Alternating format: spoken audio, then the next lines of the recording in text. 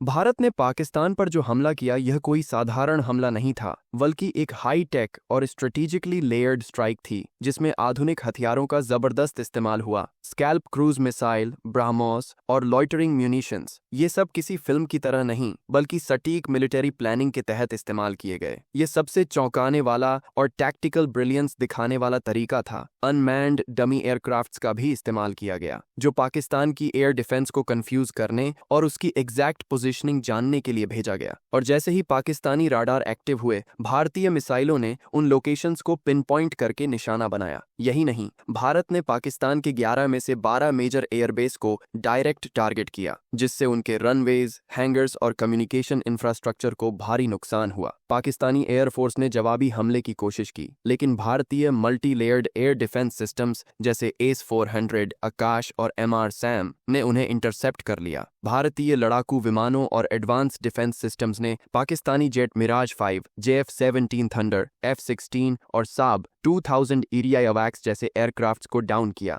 ये सब प्रिसीजन और कैलकुलेटेड एक्शन के साथ हुआ ताकि सिविलियन एरियाज को कोई नुकसान न पहुंचे। इस ऑपरेशन की खास बात थी इसका एग्जीक्यूशन, तेजी, एक्यूरेसी और एथिक्स, तीनों का जबरदस्त संतुलन। भारतीय वायुसेना ने एक एयरबोर्न अर्ली वार्निंग एयरक्राफ्ट और कुछ हाई एंड पाकिस्तानी ड्रोन्स, जिनमें से कई चाइनीज ओरिजिन के थे, को भी निशाना बनाया, खासकर सिंध और लीपा वैली के इलाकों में। भारत की तरफ से ये सिर्फ एक रिटेलिएशन नहीं था, ये एक नए मिलिट्री डॉक्ट्रिन की शुरुआत थी, डिटरेंस से आगे बढ़ते हुए कॉस्ट इम्पोजिशन स्ट्रेटेजी की ओर। मतलब अब सिर्फ चेतावनी नहीं, सीधे ऐसे जवाब जो आतंक का इंफ्रास्ट्रक्चर खत्म करें और उनके स्टेट स्पॉन्सर्स को भी कीमत चुकानी पड़े। इस ऑपरेशन की इंटेंसिटी इतनी थी कि 4 दिन बाद ही पाकिस्तान की तरफ से सीजफायर की मांग की गई। डिप्लोमेटिक प्रेशर बढ़ा और अंतर्राष्ट्रीय मंचों पर भी इस ऑपरेशन की गूंज सुनाई दी। 20 मई को इंडियन एयरफोर्स ने एक वीडियो रिलीज किया जिसका नाम था Indian air force responds with resolve always, और बैकग्राउंड में आरंभ है प्रचंड गाना बज रहा था। इस वीडियो में भारतीय वायुसेना को बताया गया अनसीन, अनस्टॉपेबल एंड अनमैच्ड। इसका मतलब सिर्फ विजुअल स्पेक्टिकल नहीं था, बल्कि एक स्ट्रेटेजिक मैसेज था